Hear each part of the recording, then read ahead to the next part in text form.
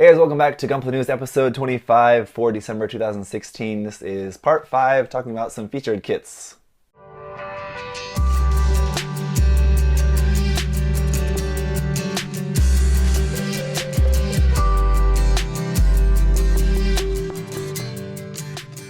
Alright, so in this part I've got 5 kits that I want to feature here for you guys. Some cool inspiration, hopefully just some cool things to share with you and show you.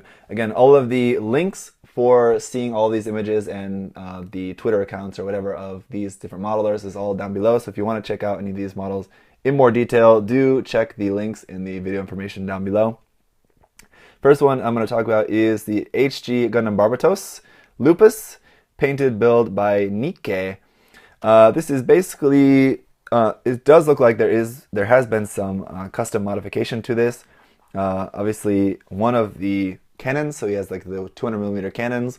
One is the cannon, and the other one he's modified into a pile driver, which is really cool, very reminiscent of, and that actually may be parts from the Grey's Ein. So that's really cool, and that makes sense in the story that they would take some parts of that mobile suit. And I just really like the colors for this one as well. The Barbatos with this kind of light lavender and like darker lavenderish, bluish color there for the shoulders and stuff. It's a really nice colors for that. And that is going to be a little bit of a theme. A couple of these kits this month are just kind of centered on their colors. Some really nice for the red as well. The red for the Tekkaden logo is like a really nice like pinkish, orangish red color. And then like the decals all match that color actually quite nicely. And then there's like some of that same color used for the details on the knees and the ankle guards as well. And just overall really, really nice colors, really nice painting on this overall. It looks like the vents and like the front skirts and the knees, he's just gone in and done those in pla plate from what I can tell from these images. So like instead of just using those parts, he just made the new vents with pieces of pla plate in there, just thin pla plate pieces. So overall just really, really nice painting, really cool, just a little bit of customization there with the weapons, and then just really nice decal work on there as well to finish it all off. So just a nice solid custom Barbatos kit here. Next thing here is an SD plus HG Crossbone Gundam X1 full cloth custom build by Tomoyan. Now over the past few months I've usually featured at least one of these in every episode just because they're so cool and we see so many of them out these days. This one is a really nice version of the Crossbone X1 full cloth. Looks the painting on this is really, really nice. It's super, super clean. All the details look nice, and just the Gundam looks so good in this cross of the different scales, like the SD like style head on it, and then just all the other different parts of the HG kit you can see used for that. So again, nothing really too much really to say about this other than that it's just like a really nice, really solid clean build of the Crossbone X1 that I think looks really, really nice, and would love to see that in person. Would love to actually make something like that one of these days. I'll have to get around to making one of these, but anyway, I would definitely recommend checking out these images. Look at them up close, and you can just see just how nice and clean everything is on this. It's just really, really nicely done Crossbone there. Next one here is an HG Gundam Marine Type painted build by yuupa. Now this is the P-Bandai kit that recently came out. I should be getting mine sometime in the next few days. Actually, it should be coming in the mail. But what he's done here is just a really, really nice painted build again here, and he's also used some of the HD Builders parts for the arms. Those are like the marine backpack parts there that you can get from that. So I would really, if you guys are on Twitter, I would really, really recommend following yuupa on Twitter. I do, and am constantly retweeting his stuff. I really love seeing all his work. I love his painting and his colors. His colors that he does on his kits. I've featured one of his kits on here before actually, and Josh and I have also talked about it on G-Check, some of his like Barbatos kits. But his colors and painting is absolutely fantastic. He does everything like really clean like this. But just some really, really cool colors. Like this one is just that bright blue, and then that orange is like a mix of like a pale orange. But then I know he told me he mixes like some fluorescent color in there as well to make it like that really bright color. I really don't know how to describe that color. It's like dull but bright at the same time. So it's really interesting colors, and it looks really good. It's so unique looking. So like you can really tell, like when you see one of his builds, you can really tell it's just based on the colors and how all of them look. So I really, really recommend checking out his Twitter. Look at his other builds that he's got on there. He's got a lot of really cool stuff. This is just one of his latest ones. He's also now working on a Sinanju, an RG Sinanju, which looks really fantastic as well. So I can't wait to see how that one turns out. Anyway, yeah, I just love the look of this, love those colors, and it's just a really cool looking build.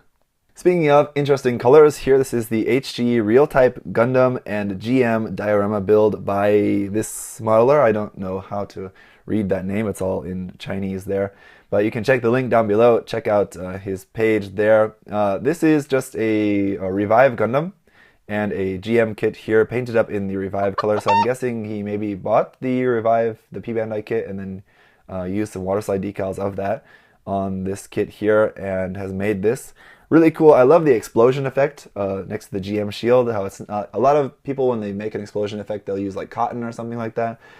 This one was just like a solid effect thing. I think also looks really cool. It really matches like the style of like giving it a sort of like manga cartoon kind of look to it, where it's just like a big solid shape. Anyway, the colors, the weathering on this also look really nice. I love the diorama, how it's just set on like this piece of just like space debris there. So it looks really cool. The pose is really dynamic. You really get a sense of like a scene, some action is like happening in this pose. Yeah, the weathering is done, like the actual physical weathering as well. Broken parts and like parts dents and bullet holes and stuff scraped on that. It's all done in like a very like not super realistic style, but like sort of like realistic and like manga. This looks like it's something like an image from a manga that was brought to life in a diorama. So that's really, really cool. I really like the look of this quite a bit. And so I definitely recommend this one as well. I'm not showing you guys all the pictures. There's more pictures. If you go to the link down below, you can see more pictures of this there. You can check it out and check out a lot more of the details of that. I would really recommend that you do. And the last thing here is the 100 scale Jagd Sinanju. It's easier to say Yakudoga, but Jagd Sinanju is kind of hard to say if I'm pronouncing that correctly. Anyway, this is a custom build by Sat. Now, this is a special build because this is actually the winner of this year's Oraku contest. That's a contest for like really like amazing elite modelers there in Japan, and they always do they're always like some Xeon style design. So in this case, basically what he's done is like a like customized Sinanju style. I think like his base kit was like the Sinanju style, but you can see some parts like the head. I think the base head is actually just the maybe the Sinanju. But then there's parts from other things in there as well, and you can see a lot of this is just like totally custom made as well. He's made a few different weapons for it. He has like one of the weapons just like a modified Sinanju Stein rifle, very slightly modified. The other one's just like a beam Gatling gun, sort of similar to what the Yakudoga uses, the regular Yakudoga. Anyway, it's just this.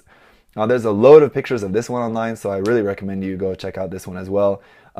To win the Oraku contest is like, I would compare it to winning GBWC. It's definitely like that level of like recognition as this being like an absolutely fantastic, like top-notch, like best of the best model kits. So really, really fantastic. I mean, just yeah, I don't know. it's great. All the details on it, everything's customized. Like there's some aspects, like you can, if you look, you can pick out some aspects of the Sinanju Stein and the Sinanju, things like that built into that. But it's hidden really well, and there's all this nice color separation in the green. A lot of times when people try to do like a two-tone color of like white and then like off-white, it's hard to do that balance really well. But with this one, like the green, the balance of his green and lighter shade of green is really subtle, and there's just little bits of it here and there that you can find, and it's really, really nice. So the colors on it are amazing. All the details on it are so clean and crisp, and if you're a fan of like weathered stuff, then this is not really obviously for you, but this is just a really, really super cool design. He also did it so that you can, instead of the funnel racks on the shoulders, you can also mount the, you can take off the one of the funnel racks and mount the Sinanju Stein's rifle onto there as well, which is cool. So just really fantastic build, and it's cool to look at like some of the detail shots of that as well, because it's absolutely fantastic. So I definitely recommend checking that out. Should get plenty of inspiration from checking out that build and the others that I featured today. So I want to thank you guys for watching this month's episode of Gunpla News. I know it's been a really long one, but hopefully we have some good information there to share with you guys. Yeah, if you missed part 1, definitely go back and check that one out, because I had a lot of important, kind of relatively important information to the stuff to share with you guys.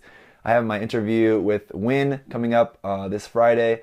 Gunpla Talk is going to be coming up this weekend as well. So follow my Facebook page, follow the Gunpla Talk Facebook page for information about that. And I'll see you guys next time. Bye-bye.